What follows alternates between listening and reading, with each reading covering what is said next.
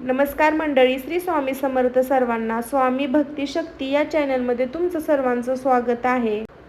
तर अक्षय तृतीय हा हिंदू धर्मातील अत्यंत शुभ दिवस मानला जातो. अक्षय म्हणजे कधीही न संपणारे, अखंड वाढणारे. या दिवशी केलेले दान, जप, तप, पूजा, आचार्य आणि शुभ कार्य याचे पुण्य अक्षय कधीही न संपणारे मानले जाते.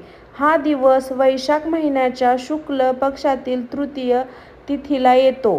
पौराणिक महत्त्व. अक्षय तृतीया दिवशी अनेक महत्त्वाच्या घटना घडल्या असे मानले जाते. या दिवशी लॉर्ड विष्णू याचा 6वा अवतार परशुराम जन्माला. लॉर्ड कृष्णा यांनी त्या दिवशी आशीर्वाद दिला होता. तर याचं काही गोल्डनेस पृथ्वीवर उतरले अशी मान्यता आहे. अक्षय तृतीय शुभ काळ.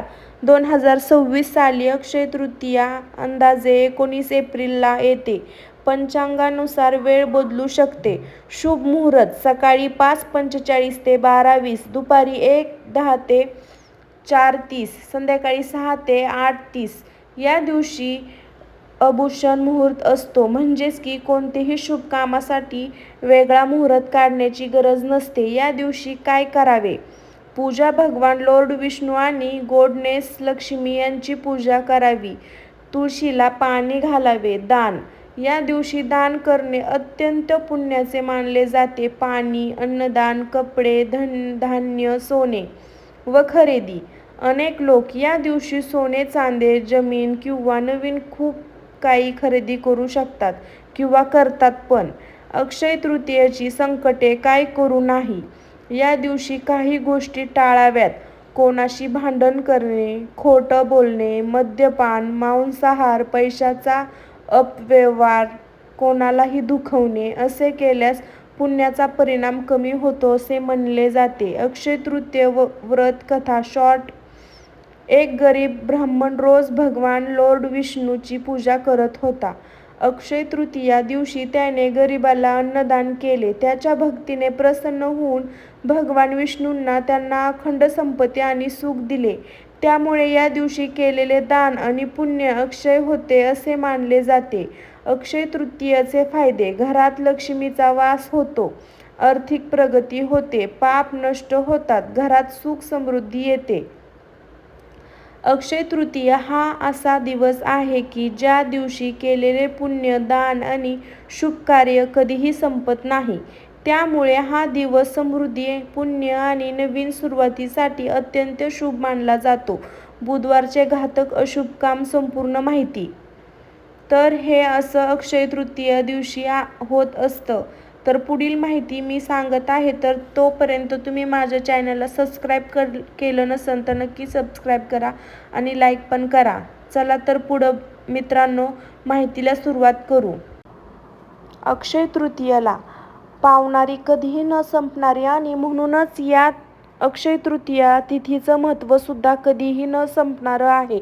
कारण अक्षय तृतीयेचा दिवस 3.5 मुहूर्तापैकी एक आहे. त्यामुळे जर तुम्हाला नवीन घर, वाहन किंवा कुठलीही नवीन खरेदी करायची असेल तर त्यासाठी 19 एप्रिल अर्थात अक्षय तृतीय अत्यंत उत्तम दिवस आहे. तुम्हाला नवीन काम सुरू करायचं, त्याच्याबरोबर काही नवीन गोष्टीचा शुभारंभ करायचा आहे तुमच्या आयुष्यामध्ये, त्यासाठी तुम्ही अक्षय तृतीयेचा दिवस निवडू शकता, जी यंदा आलेली आहे. 19 एप्रिल 3.5 मुहूर्तापैकी एक असल्यामुळे अक्षय तृतीयेच्या दिवशी तुम्हाला कुठलेही मुहूर्त बघण्याची गरज नसते. या दिवशी तुम्ही लग्न, साखरपुडा, मुंज किंवा इतर कुठलेही धार्मिक शुभ कार्य करू शकता.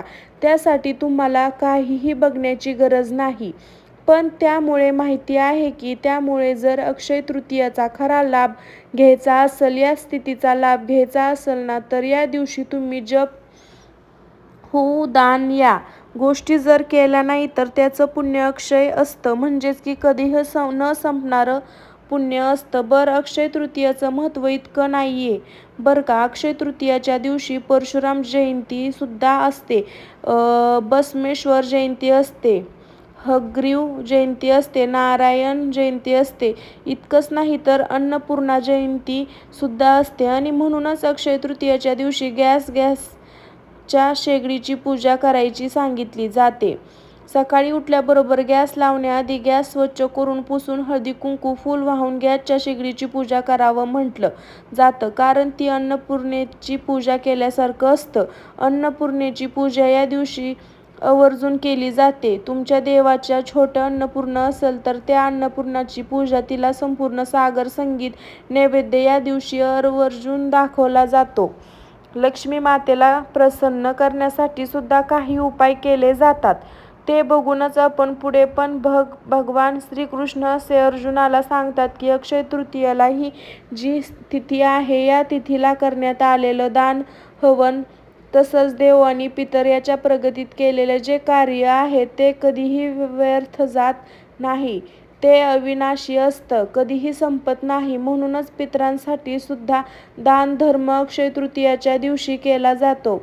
आयुर्वेदातील औषधी वनस्पती लागवड या मुहूर्तावर केल्याने त्याची वृद्धी होते. याच्यावर तुम्हाला या स्थितीचं महत्त्व लक्षात आलं असेल. आणि या स्थितीचं महत्त्व फक्त हिंदू धर्मातच आहे का असं नाही, जैन धर्मामध्ये सुद्धा या दिवशी व्रत करण्याला महत्त्व आहे. ऋषी देव यांना पूर्वोत्तम प्राप्त करण्यासाठी 1 वर्षाच्या काळात अन्न पाणी ग्रहण केलं नव्हतं आणि व्रत समाप्तीनंतर त्यांनी हनुमानपुत्र संगीत-श्रेयास नमन राजाकडे उसाच्या रसाचा प्राशन केलं. त्यानंतर त्या राज्यात अन्नपाण्याचा कधीही क्षय पडला नाही. त्यामुळे अक्षय तृतीय असे म्हणतात. तुम्ही म्हणाल की ठीक आहे, या तिथीला दान करा. दान करायला म्हणतात, पण काय दान करायचं? तर उन्हाचे दिवस आहेत, त्यामुळे या दिवशी तुम्ही पाण्याचा घडा दान करू शकता. उन्हाळ्यासाठी छत्री किंवा पायात घालायचे चप्पल, बूट, जोडे ज्याला म्हणतात ते दान करू शकता. अक्षय तृतीयेला कलियुग संपून त्रेतायुग सुरू झालं आहे असेही मानले जाते. त्यामुळे या दिवशी कृषी संस्कृतीचं पालन म्हणून बालरामाची सुद्धा पूजा होते. या दिवशी सुरू केलेले कोणतेही शुभ कार्याचं फळ अक्षय असं म्हटलं जातं. कधीही न संपणारं असतं अशी मान्यता आहे. 3.5 मुहूर्तांपैकी एक असल्यामुळे नवीन घरात प्रवेश करणं, नवीन वस्तू घेणं, मोठे आर्थिक व्यवहार करणं हे काम तर शुभ असतंच. या दिवशी महर्षी वेदव्यासांनी महाभारत ग्रंथाची रचना करायला सुरुवात केली असंही मानलं जातं. म्हणजे विचार करा, महाभारताचा ग्रंथ आजही लोकांमध्ये किती लोकप्रिय आहे. महाभारत आपल्याला आजही दिशा दाखवतो. म्हणजे महाभारताची कीर्ती ही कधीही न संपणारी आहे.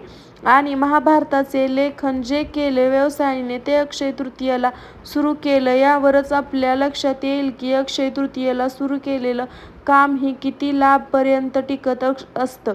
तृतीयेच्या दिवशी जी उपासना करायला सांगितली जाते त्यामध्ये अजून एक गोष्टीचा समावेश आहे आणि तो म्हणजे अक्षय तृतीयेच्या दिवशी आवर्जून भगवद्गीतेच्या 18व्या अध्यायाचं पठण करावं किंवा त्यात श्रवण करावं. कमीत कमी असं म्हणलं जातं मंडळी, अक्षय तृतीयेच्या आपल्या आयुष्यात संपन्नता घेऊन येत असतं. संपन्नता काय आपल्या आयुष्यात टिकावी यासाठी अक्षय तृतीयेच्या दिवशी दान धर्म करावा, अर्चना केली जाते. आणखीन एक घटना त्याचा महाभारतात उल्लेख आहे. महाभारतानुसार याच दिवशी भगवान श्रीकृष्ण पांडवांना त्यांच्या वनवासात अक्षय पात्र दिलं होतं. हे अक्षय पात्र म्हणजेच ते कधीही रिकामं होत नसावं, कायम अन्नाने भरलेलं असावं. त्यातून पांडवांना अन्न मिळत असे. अनेक पौराणिक कथांचा संदर्भ या अक्षय तृतीय तिथीचं महत्त्व समजून सांगताना देता येईल. एकंदरीत तुमच्या लक्षात आलं असेल की ही तिथी खूप महत्त्वाची आहे. या तिथीला पूजा अर्चना, दान धर्म नक्की करावा, पण त्याच्याबरोबर काही नियम सुद्धा पाळावे. अक्षय तृतीयेच्या दिवशी चुकूनही खोटं बोलू नये. अक्षय तृतीयेच्या दिवशी घरात वादविवाद, भांडण, कटकटी अजिबात करू नये. त्यामुळे आर्थिक नुकसान होतं, माता लक्ष्मी नाराज होते. त्याचबरोबर अक्षय तृतीय दिवशी ब्रह्मचर्याचे पालन करावं. सगळ्यात महत्त्वाचं म्हणजे जेवढा वेळ आपल्या ईश्वरी उपासनेत घालवता येईल ते ईश्वरी उपासनेमध्ये घालवावा आणि आपल्या खिशाला परवडेल त्याप्रमाणे दानधर्म करावा. असाच प्रकारच्या माहितीपूर्ण व्हिडिओसाठी स्वामी भक्तिशक्ती या चॅनलला सबस्क्राईब करा आणि बेल आयकॉनवर सुद्धा क्लिक करा, म्हणजेच की आमच्या नवनवीन व्हिडिओचं नोटिफिकेशन तुम्हाला मिळेल. राहील तसंच योग्य आध्यात्मिक मार्गदर्शनासाठी स्वामी भक्तिशक्ती या चॅनलला तुम्ही नक्की सबस्क्राईब करा आणि आमचे नवनवीन रोजचे व्हिडिओ तुम्ही बघत जावा. तर तुम्हाला कसा वाटला हा अक्षय तृतीय 2026 मधला व्हिडिओ? तर आवडल्यास नक्की लाईक, शेअर, कमेंट करा. बाय सर्वांना.